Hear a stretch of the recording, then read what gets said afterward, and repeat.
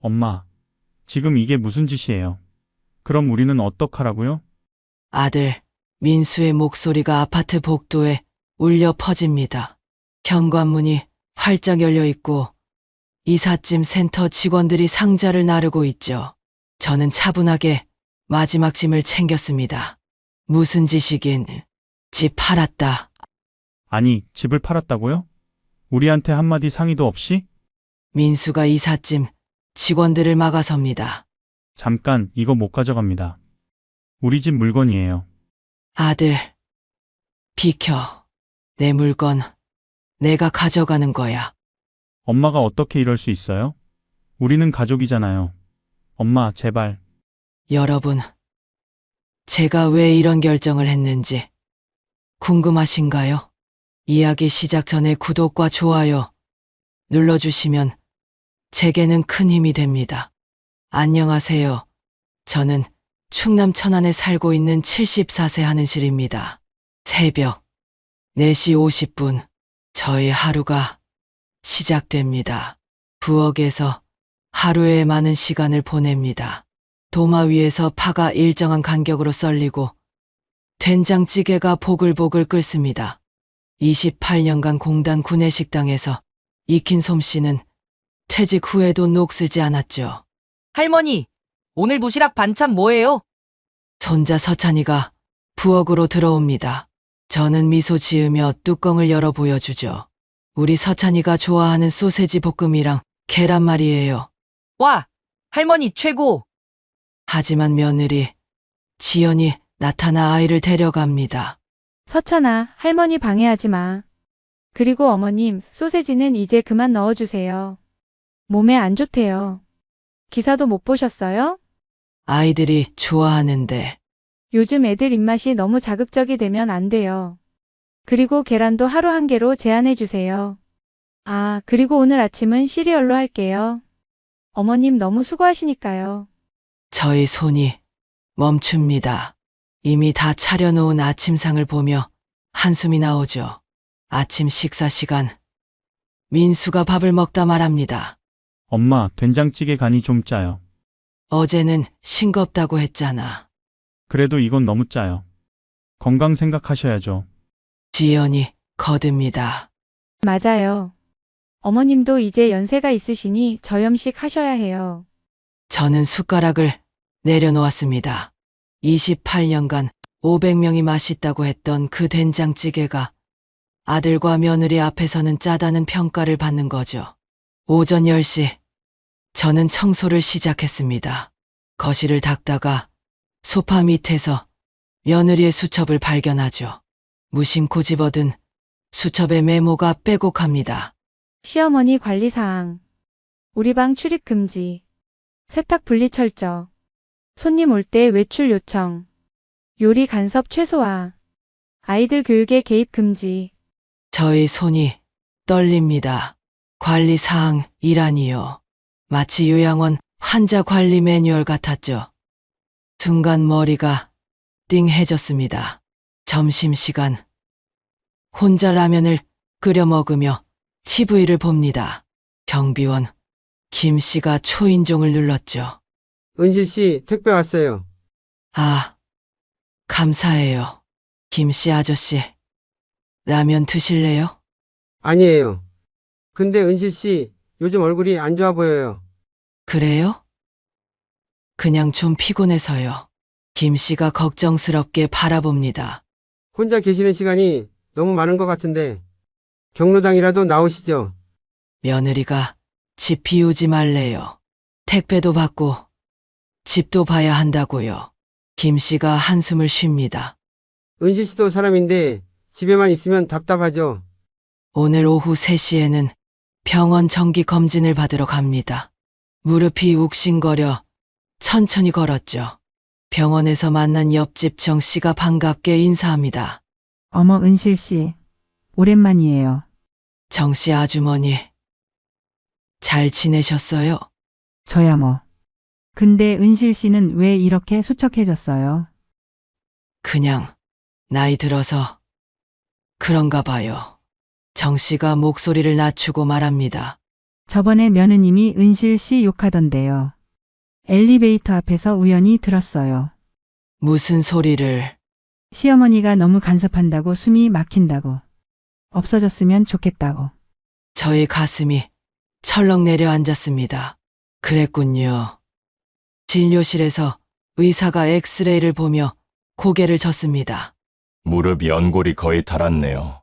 당장 수술하지 않으면 걷기 힘들어집니다. 수술이요? 인공관절 수술이 필요해요. 보호자와 상의하고 일정 잡으세요. 집으로 돌아오는 길, 저는 벤치에 앉아 한참을 생각했습니다. 수술 이야기를 꺼내면 민수와 며느리가 또 부담스러워하겠죠. 차라리 혼자 해결하자. 일요일 오후, 저는 무거운 장바구니를 들고 언덕을 올랐습니다. 갑자기 오른쪽 무릎에 극심한 통증이 찾아왔습니다. 아, 그 자리에 주저앉았습니다. 장바구니가 쏟아지고 계란이 깨지고 과일이 떼굴떼굴 굴러갑니다. 할머니, 괜찮으세요? 지나가던 대학생이 도와주지만 저는 일어설 수가 없었습니다. 119 구급차에 실려 응급실로 갔습니다. MRI 촬영을 하고 의사가 심각한 표정으로 말했습니다. 즉시 수술하셔야 합니다. 더 미루면 영구 장애가 올 수 있어요. 보호자를 불러야 하나요? 네. 보호자 동의가 필요합니다. 저는 떨리는 손으로 아들 민수에게 전화했습니다. 진호음이 길게 이어지고 겨우 전화를 받은 민수의 목소리는 짜증으로 가득했습니다. 엄마, 무슨 일이에요? 지금 중요한 PT 중인데. 민수야, 나 응급실이야. 무릎이. 예? 아, 정말요? 잠깐만요. 전화기 너머로 인수가 누군가와 대화하는 소리가 들립니다. 과장님, 죄송한데 제가 잠시. 아, 네. 알겠습니다. 다시 돌아온 민수의 목소리는 더 차갑습니다. 엄마, 오늘은 정말 중요한 날이라 못 가요. 택시 타고 집에 오세요. 수술을 해야 한대. 수술요? 그럼 일정 잡아서 연락 주세요. 제가 시간 맞춰 볼게요. 툭. 전화가 끊깁니다. 저는 휴대폰을 내려다보았습니다. 화면에는 야속하게도 통화 종료라는 글자가 차갑게 빛나죠. 간호사가 다가옵니다. 보호자분은 언제 오시나요? 안 와요. 혼자 해야 할 것 같아요. 그럼 수술 동의서를. 저는 떨리는 손으로 서명했습니다. 보호자라는 비워둔 채로요. 수술 전날 밤, 저는 병실에 혼자 누워 있었습니다. 옆 침대 환자는 가족들이 둘러싸고 있죠. 엄마, 내일 수술 잘 될 거예요. 우리가 옆에서 지킬게요. 저는 커튼을 치고 눈을 감았습니다. 눈물이 베개를 적시더군요. 수술 당일 아침, 수술실로 들어가는 침대에 누워 천장을 바라봅니다. 형광등이 빠르게 지나가고 수술실 문이 열렸습니다. 한은실님, 보호자는? 없어요. 혹시 수술 중 문제가 생기면 제 책임이에요. 시작해 주세요. 마취가 시작됩니다. 의식이 흐려지는 순간, 저의 마지막 생각은 이것이었죠. 내 인생에서 정말 혼자인 순간이 왔구나. 눈물이 났습니다. 수술이 끝나고 깨어났을 때 병실은 어두웠습니다. 오후 6시. 목이 타들어갔습니다. 간신히 손을 뻗어 물컵을 잡으려는데 휴대폰이 울립니다. 며느리의 문자입니다.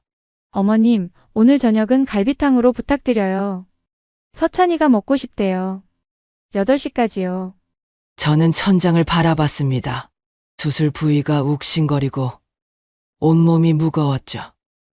내가 뭘 하고 있는 거지? 간호사가 들어옵니다. 어머님 깨어나셨네요. 통증은 어떠세요? 아파요. 진통제 놓아드릴게요. 보호자는 안 오셨나요? 네, 바빠서요. 간호사가 안쓰러운 눈으로 봅니다. 혼자 계시기 힘드실 텐데 간병인이라도 부르시죠. 돈이. 그럼 제가 저녁에라도 좀 도와드릴게요. 간호사의 작은 친절이 오히려 가슴을 아프게 합니다. 가족보다 낯선 사람이 더 따뜻하다니요. 퇴원 후 일주일, 저는 목발을 짚고 겨우 움직였습니다. 재활 운동을 하라고 했지만 집안일을 하느라 제대로 못하고 있습니다. 아침 6시, 목발을 짚고 부엌에 섭니다. 한 발로 균형을 잡으며 칼질을 하는데 그 모습을 본 민수가 짜증을 냅니다. 엄마, 왜 무리해요? 그냥 반찬 사다 먹으면 되잖아요. 가족이 사 먹는 반찬만 먹으면 안 되지. 고집 좀 그만 부려요. 엄마 때문에 우리도 불편해요. 저는 놀라서 돌아봤습니다. 내가 불편하게 해? 목발 소리 때문에 아침에 다 깨고 엄마 때문에 신경 쓰이고. 민수가 휙 나가버립니다. 저는 싱크대를 붙잡고 서 있었습니다. 다리보다 마음이 더 아픕니다. 오후, 제가 소파에서 다리를 올리고 쉬고 있는데 서찬이가 다가옵니다. 할머니, 아프세요? 조금. 서찬이는 학원 안 가. 엄마가 할머니 간호하라고 집에 있으래요.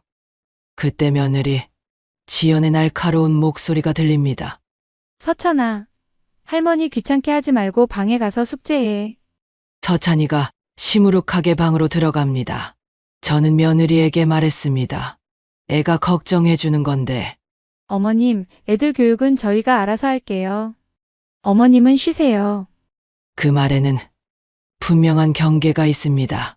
우리 아이에게서 떨어지라는 무언의 메시지죠.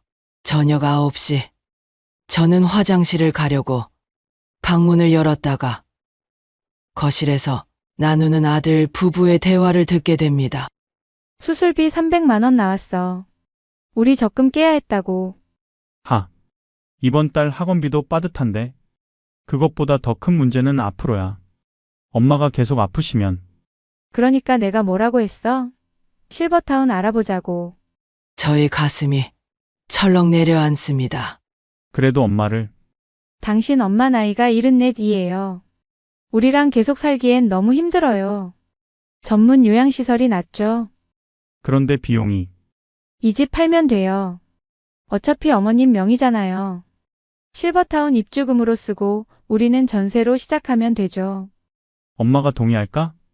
설득해야죠. 어머님도 편하실 거예요.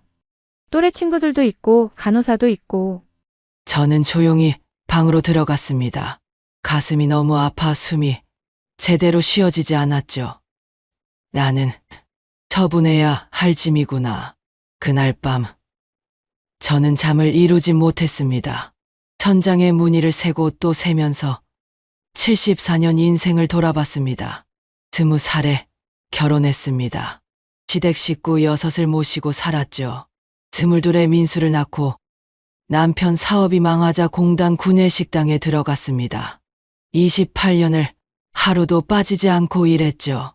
남편이 암으로 세상을 떠났을 때도, 민수 결혼식 때도, 손주들이 태어났을 때도 늘 그 자리를 지켰습니다.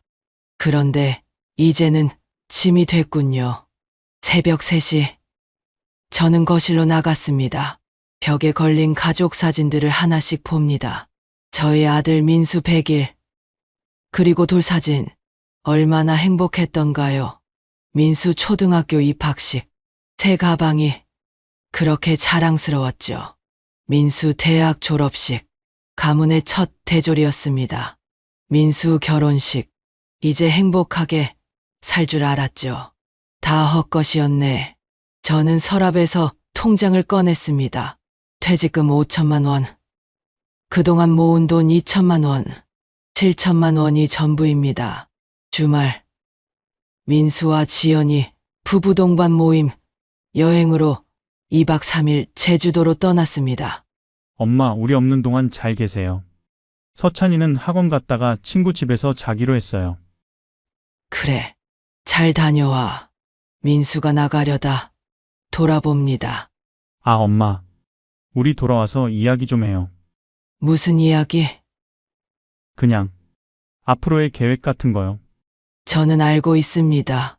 실버타운 이야기겠죠. 그래, 돌아와서 이야기하자. 아들과 며느리가 떠나고 혼자 남은 집, 저는 전화기를 들었습니다. 내가 버려지기 전에 내가 아이들을 버려야겠다라고 생각했죠. 부동산에 전화를 걸었습니다. 여보세요? 박 사장님. 저 1204호 하는 실인데요. 아, 네. 안녕하세요. 집을 좀 내놓으려고 하는데요. 아, 그 좋은 집을요? 잠깐만요. 제가 바로 올라갈게요. 30분 후 부동산 사장이 집을 둘러봅니다. 와, 관리가 정말 잘 되어 있네요. 32평 남양, 학군도 좋고, 이거 바로 나갈 겁니다. 얼마나 받을 수 있을까요? 요즘 시세로 6억은 나올 거예요. 금매로 내시면 5억 5천도 가능하고요. 금매로 해주세요. 빨리 정리하고 싶어요. 혹시 어디로 가시는지, 태안이요. 바다가 보고 싶어서요. 부동산 사장이 의외라는 표정을 지었습니다. 가족분들은 동의하시나요? 제 집이에요. 제가 결정하면 되죠. 그날 오후, 저는 고속버스를 타고 태안으로 향했습니다. 창밖 풍경이 바뀔 때마다 마음이 가벼워지더군요. 태안터미널에 도착해 부동산을 돌아다녔습니다. 여러 집을 보다가 작은 언덕 위의 원룸을 발견했죠. 여기가 마음에 드네요. 15평 원룸. 작지만 깨끗합니다. 창문을 열면 바다가 보였습니다. 월세 30만 원, 보증금 500만 원이에요. 계약할게요. 그런데 혼자 사실 건가요? 연세가 있으신데. 네. 혼자 살 거예요. 이제부터는요. 계약을 마치고 태안시장을 걸어봅니다. 굴 한 봉지 10,000원. 갓 잡은 생선이에요. 활기찬 시장 풍경이 저의 마음을 설레게 합니다. 생선, 가게 아주머니가 말을 겁니다. 어디서 오셨어요? 천안에서요. 이제 여기 살려고요. 아이고, 잘 오셨네. 여기가 살기 좋아요. 인심도 좋고. 저는 미소 지었습니다. 정말 오랜만에 느껴보는 설레임이었습니다. 해산물 칼국수를 먹으며 바다를 보았습니다. 파도가 햇빛에 반짝이고 갈매기가 날아다니죠. 여기서 다시 시작하는 거야. 천안으로 돌아오는 버스 안, 저는 결심을 굳혔습니다. 휴대폰으로 이삿짐 센터를 검색하고 정리업체도 알아봤습니다. 집에 도착하니 밤 10시가 되었습니다. 조용한 집에서 저는 짐을 정리하기 시작했습니다. 우선 저의 물건부터 분류했습니다. 가져갈 거, 남편과 신혼여행 때 산 찻잔 세트, 민수 어릴 때 그림, 낡은 앞치마, 가족 앨범, 여권, 퇴직, 기념패, 남겨둘 거, 민수 가족이 쓸 가구, 가전제품, 아이들 물건, 정리를 하다 보니 새벽 2시입니다. 저는 거실 소파에 앉아 집을 둘러봤습니다. 30년 살았네. 이 집에서 벽지의 얼룩들, 마룻바닥의 흠집들, 모두 추억입니다. 하지만 이제는 놓아줄 때죠. 월요일 아침, 저는 부동산에 전화를 했습니다. 박 사장님, 매수자 구했어요? 네. 안 계실 때 같이 둘러봤는데, 신혼부부가 정말 마음에 들어 해요. 5억 5천에 바로 계약하겠대요. 좋아요. 언제 계약하죠? 내일 오후 어떠세요? 좋아요. 다음 날 오후, 저는 계약서에 도장을 찍었습니다. 새 주인이 될 신혼부부가 행복해 보였습니다. 정말 좋은 집이네요. 잘 살겠습니다. 네. 행복하게 사세요. 제 통장에 5억 5천만 원이 입금되었습니다. 평생 처음 보는 큰 돈이었죠. 이제 누구에게도 손 벌리지 않고 살 수 있어. 수요일 저녁, 민수와 며느리가 제주도에서 돌아왔습니다. 엄마 잘 계셨어요? 응. 잘 있었지. 며느리가 큰 상자들을 보고 눈살을 찌푸렸습니다. 어머님, 이 상자들은 뭐예요? 정리하시는 거예요? 응. 좀 정리하려고. 다 버리실 거예요? 저희가 도와드릴게요. 아니야. 내가 할게. 그날 밤. 저는 가족들이 자는 사이 조용히 짐을 쌌습니다. 소중한 것들만 골라 작은 상자 5개에 담았습니다. 목요일 아침, 저는 평소처럼 아침을 차렸습니다. 하지만 이번이 마지막이란 걸 아는 것은 저뿐이었죠. 할머니, 오늘 김치찌개 맛있어요. 서찬이의 칭찬에 미소가 절로 나왔습니다. 그래? 많이 먹어. 민수가 출근하며 말합니다. 엄마, 오늘 저녁에 이야기 좀 해요. 그래. 아들과 며느리는 회사에 출근을 하고 서찬이는 학교에 등교했습니다. 혼자 남은 저는 마지막으로 집안을 청소했습니다. 구석구석 깨끗이 닦았죠. 새 주인이 기분 좋게 들어와야지. 오후가 되어 저는 동네를 한 바퀴 돌았습니다. 30년간 다닌 슈퍼, 미용실, 세탁소. 하지만 작별 인사는 하지 않았습니다. 조용히 떠나고 싶으니까요. 경비원 김 씨를 만났습니다. 은실 씨, 어디 가세요? 그냥 산책 좀요. 얼굴이 좋아 보이네요. 그래요? 기분이 좋아서 그런가 봐요. 무슨 좋은 일 있어요? 저는 의미심장하게 웃음이 나왔습니다. 네. 아주 좋은 일이 있어요. 저녁 6시. 가족들이 저녁 밥상에 모였습니다. 제가 차린 마지막 저녁상이죠. 갈비찜, 잡채, 각종 나물, 정성껏 준비한 한 상입니다. 우와, 할머니 오늘 왜 이렇게 많이 했어요? 서찬이가 놀랍니다. 그냥 오늘따라 해주고 싶어서. 아들, 민수가 갈비를 먹으며 말합니다.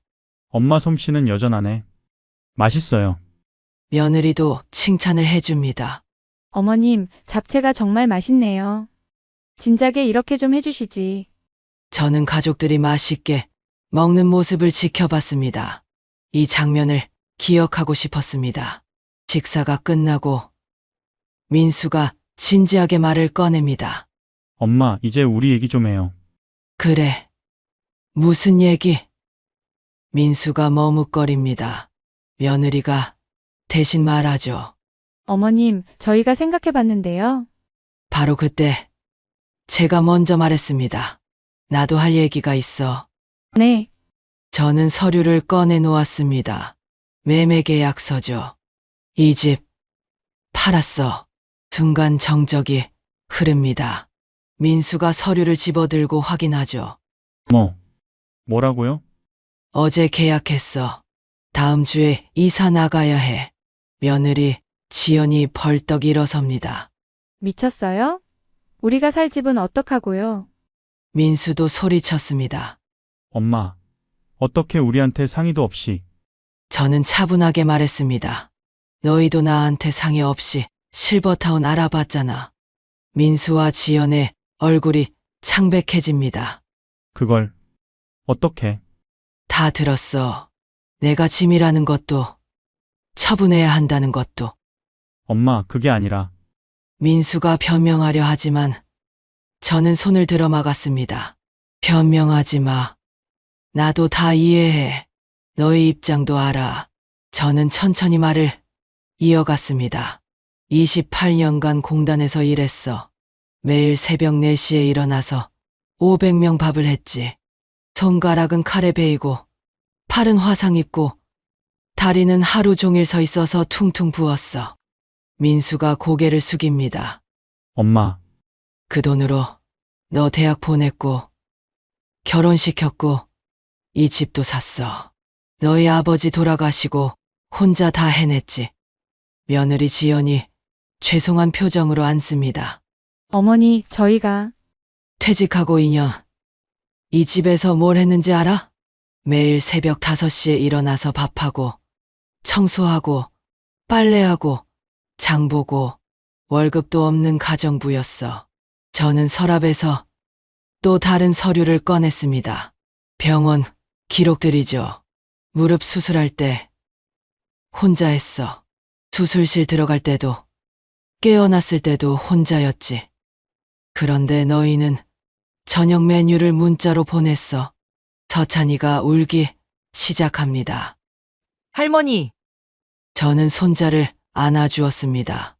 서찬아, 울지 마. 할머니는 괜찮아. 민수가 간절하게 말했습니다. 엄마, 정말 죄송해요. 우리가 잘못했어요. 다시 시작하면 안 될까요? 저는 고개를 가로저었습니다. 늦었어. 나도 이제 내 인생을 살아야 해. 그래도 가족인데. 가족. 너희가 나를 가족으로 생각했니? 나는 그저 편리한 가정부, 무료 베이비시터, 그리고 처분해야 할 짐이었잖아. 며느리 지연이가 눈물을 흘립니다. 어머니, 정말 죄송해요. 저희가 너무 이기적이었어요. 너도 많이 힘들었을 거야. 시어머니랑 사는 게 쉽지 않지. 나도 시어머니 모시고 살았으니까 알아. 내일 이삿짐 와. 내 짐은 별로 없어. 너희는 천천히 이사 준비해. 3개월은 여유 있을 거야. 엄마, 어디로 가는 거예요? 태안, 바다가 보이는 작은 집을 구했어. 민수가 마지막으로 붙잡습니다. 엄마, 제발. 우리랑 같이 살아요. 저는 아들을 바라봤습니다. 눈에 눈물이 고이지만 결심은 확고했죠.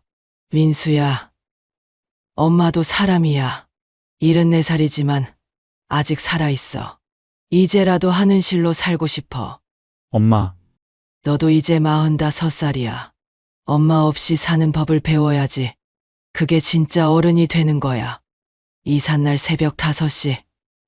저는 마지막으로 이 집의 새벽을 맞았습니다. 부엌에 서서 창밖을 바라봤죠. 30년간 봐온 풍경이었죠. 하지만 이제는 작별할 시간이었습니다. 안녕, 내 부엌. 안녕, 내 집. 이삿짐 차가 도착합니다. 짐이라곤 상자 5개가 전부죠. 어르신, 이게 다예요. 네, 이게 다예요. 새 출발이니까 가볍게 가려고요. 민수 가족이 나옵니다. 모두 밤새 잠을 못 잔 듯 부은 얼굴이었어요. 엄마, 정말 가야 해요? 그래, 이제 가야 할 때야. 서찬이가 저를 꼭 안아줍니다. 할머니, 보고 싶을 거예요. 할머니도 보고 싶을 거야. 방학 때 놀러와. 며느리 지연이가 작은 가방을 건넵니다. 어머니, 도시락이에요. 가시는 길에 드세요. 고맙다. 잘 먹을게. 저는 차에 올랐습니다. 곧바로 차가 출발했죠. 백미러로 보이는 가족들의 모습이 점점 작아지고 저는 앞을 바라보았습니다. 고속도로를 달리는 동안 저는 지연이가 싸준 도시락을 엽니다. 김밥과 유부초밥, 그리고 작은 쪽지가 들어있죠. 어머니, 그동안 죄송했습니다. 건강하세요. 저는 미소 지었습니다. 이제야 며느리가 사람 대접을 해주네. 태안에 도착했습니다. 작은 원룸이지만 저만의 공간입니다. 짐을 풀고 창문을 엽니다. 짭짤한 바닷바람이 불어오죠. 아, 좋다. 침대에 누워봅니다. 좁지만 아늑합니다. 무엇보다 자유롭죠. 첫 일주일은 적응하는 기간으로 하려고 합니다. 아침에 일어나면 바다를 보러 갔습니다. 파도 소리를 들으며 산책하고 시장에서 신선한 해산물을 샀죠. 아주머니, 어디서 왔어요? 천안에서요. 이제 여기 살아요. 혼자 왔어요? 네. 혼자 왔어요. 혼자가 편해요. 상인들이 친절합니다. 덤도 많이 주고 이것저것 챙겨주죠. 생선 한 봉지 더 가져가요. 서비스. 아이고, 감사해요. 둘째 주, 저는 경로당에 나가보았습니다. 새로 오신 분이시네요. 네. 하는실이라고 해요. 몇 살이세요? 74세요. 아이고, 젊으시네. 여기 80 넘은 사람이 대부분이에요. 경로당 사람들이 따뜻하게 맞아줍니다. 혼자 사는 거 외롭지 않아요? 아니요. 오히려 편해요. 눈치 볼 사람도 없고. 맞아요. 나이 들어서는 혼자가 최고야. 셋째 주. 저는 경로당 합창단에도 가입해 보았습니다. 은실 씨 노래 한번 해봐요. 저는 수줍게 노래를 불렀습니다. 어머, 목소리가 너무 좋아요.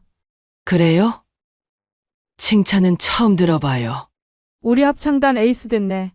한 달 후, 저는 새로운 취미들을 찾았습니다. 도서관에서 시 읽기, 요가 교실, 그림 그리기. 74살에 처음 하는 것들이 이렇게 많다니. 2달 후, 민수가 혼자 찾아왔습니다. 엄마, 아들은 많이 수척해진 모습입니다. 저는 차를 내왔습니다. 왔어? 차 한 잔에. 엄마 잘 지내세요? 응. 잘 지내. 너는? 힘들어요. 엄마 없으니까 정말 힘들어요. 민수가 작은 상자를 내밉니다. 엄마가 좋아하던 청자 찻잔이에요. 어머, 이걸 가져왔네. 둘이 마주 앉아 차를 마셨습니다. 창밖으로 바다가 보였습니다. 엄마 여기 좋네요. 그래, 좋아. 매일 바다 보고, 시장 가고, 사람들 만나고. 행복해 보여요. 응, 행복해. 74년 만에 처음으로 민수가 눈물을 글썽입니다. 엄마 정말 미안해요. 이제야 엄마가 얼마나 힘드셨는지 알겠어요. 이제라도 알았으니 됐어. 다시 같이 살면 안 될까요? 저는 아들의 손을 잡았습니다. 민수야, 우리는 떨어져 있어도 가족이야. 굳이 같이 살 필요는 없어.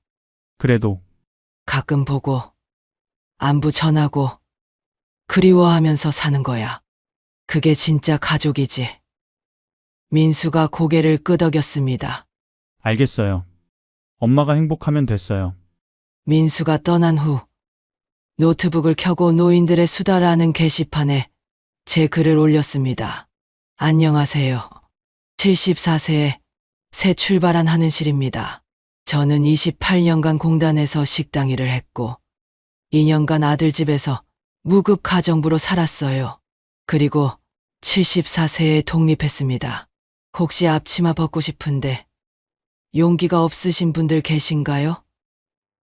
나이가 들어서 늦었다고 생각하시나요? 늦지 않았어요.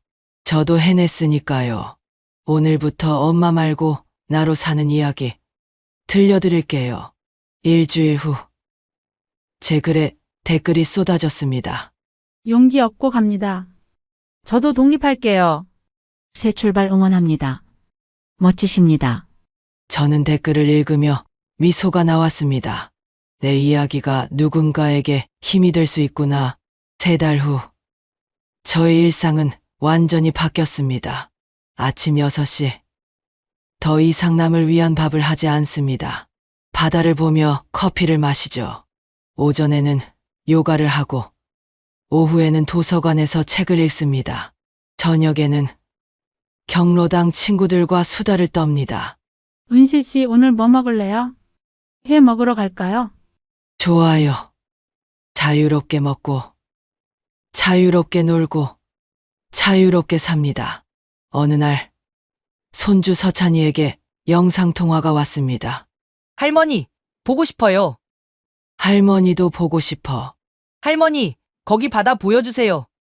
저는 휴대폰을 들고 창밖을 비췄습니다. 우와, 진짜 바다다. 방학 때 놀러와. 할머니가 맛있는 거 해줄게. 네, 꼭 갈게요. 통화를 끝내고 저는 일기를 썼습니다. 오늘도 좋은 하루였다. 74세. 이제야 진짜 삶이 시작된 것 같다. 6개월 후 저희 게시판 글 조회수가 10만 회를 넘었습니다. 방송국에서 취재 요청이 왔습니다. 하는실 할머니, 인터뷰 좀 해주세요. 저는 할머니가 아니라 하는실이에요. 아, 죄송해요. 하는실 씨, 인터뷰에서 저는 말했습니다. 나이가 들었다고 삶이 끝난 게 아니에요. 오히려 이제부터가 진짜 시작이죠. 1년 후, 민수 가족이 태안으로 여행을 왔습니다. 엄마 잘 지내셨어요? 그럼, 잘 지냈지. 저는 가족을 맞이했습니다. 하지만 이제는 손님으로서죠. 와, 할머니 집 좋다. 바다가 진짜 가까워요. 저녁은 횟집에서 먹었습니다. 제가 더 이상 모든 끼니를 책임지지 않아도 되니까요. 엄마 많이 행복해 보여요. 응.